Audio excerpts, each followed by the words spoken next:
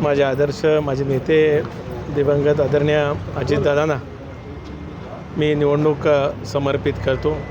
या निमित्ताने राज्याचे लोकप्रिय मुख्यमंत्री देवेंद्रजी असतील, त्याचबरोबर उपमुख्यमंत्री एकनाथराव शिंदे साहेब असतील, आमच्या नेत्या आदरणीय सुनीत्रा काकी असतील, माझे वडील आदरणीय तटकरे साहेब, भारतीय जनता पक्षाचे प्रदेशाध्यक्ष रवींद्रजी चव्हाण साहेब असतील, त्याचबरोबर रत्नागिरीचे पालकमंत्री उदय सामंत साहेब, नितेशजी राणे, आदरणीय भरतशेठ गोगावले साहेब, माझी भगिनी आदितीताई, त्याचबरोबरच भैया सामंत असतील, निलेशजी असतील, सन्मान्य प्रमोदजी जठार साहेब असतील, त्याचबरोबर महेंद्र थोरवे साहेब असतील,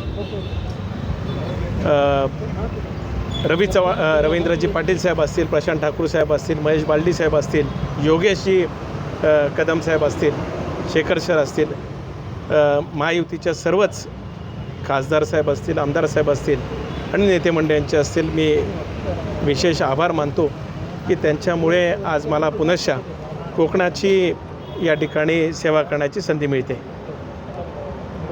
साधारणपणे बिनविरोध निवडणूक होईल अशी काही अपेक्षा होती? याच्या वाटाघाटी आधीपासून काही सुरू होतं तुमच्या? काही सगळं ट्विस्ट आणि एकाच वेळेला आलं? नाही, तसं काय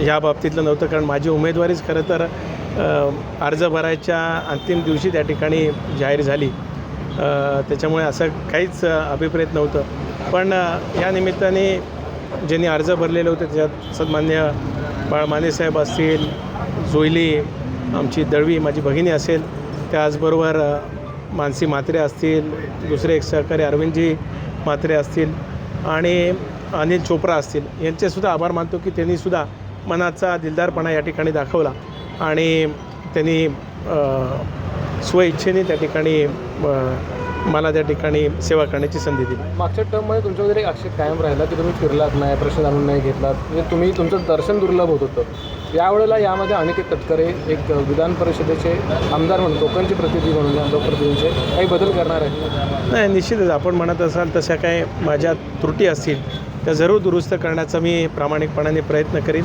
आपल्यासारखे पत्रकार महोदय जे समाजाचं प्रतिनिधित्व करतात त्यांच्या ज्या काही सूचना असतात त्याचं पालन करून माझ्यामध्ये सुद्धा कशा पद्धतीने सुधारणा करता येईल तो करण्याचा निश्चितच प्रयत्न त्या ठिकाणी करेन। 5 वर्षानंतर एकदाच रत्नागिरी जिल्ह्यात येतात, तो पण उमेदवारी अर्ज भरण्यासाठी, कारण तेथे आमदार किंवा मंत्री असू शकतात त्या जिल्ह्यात, पण सदस्यांचे पण काही प्रश्न असतात। मला ताई जरूर आपण म्हटलेलं मान्य आहे, पण माझ्या 6 वर्षाच्या कालखंडातील एकही DPCची बैठक असेल, ज्या वेळेस खरीपची बैठक असेल, त्याच्याखेरीजसुद्धा मध्यंतरी करोनाचा कालखंड झाला, निसर्ग चक्रीवादळ झालं, तौक्ते चक्रीवादळ झालं, त्याचबरोबर इतरसुद्धा काही आंबा बागायतदारांचे प्रश्न असतील, मुंबई महामार्गासारखा गेले 14 वर्ष सुरू असलेला आपला प्रश्न असेल, काजू बागायतदारांचे असतील, मच्छीमारांचे प्रश्न असतील, मी माझ्या परीने मांडण्याचा प्रामाणिकपणाने प्रयत्न केला। आपण म्हणताय तसं जरूर त्याच्यामध्ये अधिकच्या फेऱ्या रत्नागिरी सिंधुदुर्गमध्ये वाढवण्याचा प्रयत्न निश्चितच मी करेन। महत्त्वाचा रोल कोणाचा म्हणावा लागेल? निवडणूक बिनविरोध होण्यामागे महत्त्वाचा रोल कोणाचा म्हणावा लागेल? मी तर मगाशी सांगितल्याप्रमाणे सर्वच मान्य मुख्यमंत्री महोदय असतील, उपमुख्यमंत्री महोदय असतील, आमच्या नेत्या सुनीत्रा काकी असतील, त्याचबरोबरच तटकरे साहेब असतील, नितेशजी असतील, ज्ञात अज्ञात सर्व शक्ती ज्या पाठीमागे राहिल्या त्यांचे सगळ्यांचेच आभार। सर्व विजयाचं श्रेय आपण कोणाला देऊ इच्छिता? मी मगाशी सांगितलं साहेब, मी हा विजय माझे नेते दिवंगत अजितदादा पवार यांना समर्पित करतो। आता जे कसं वेळेची बचत झाली आहे, त्रासाची बचत झाली आहे, वेळेची बचत झाली आहे, सगळ्या गोष्टींची जी बचत झाली आहे त्याचा मतदारांना कसा लाभ होईल?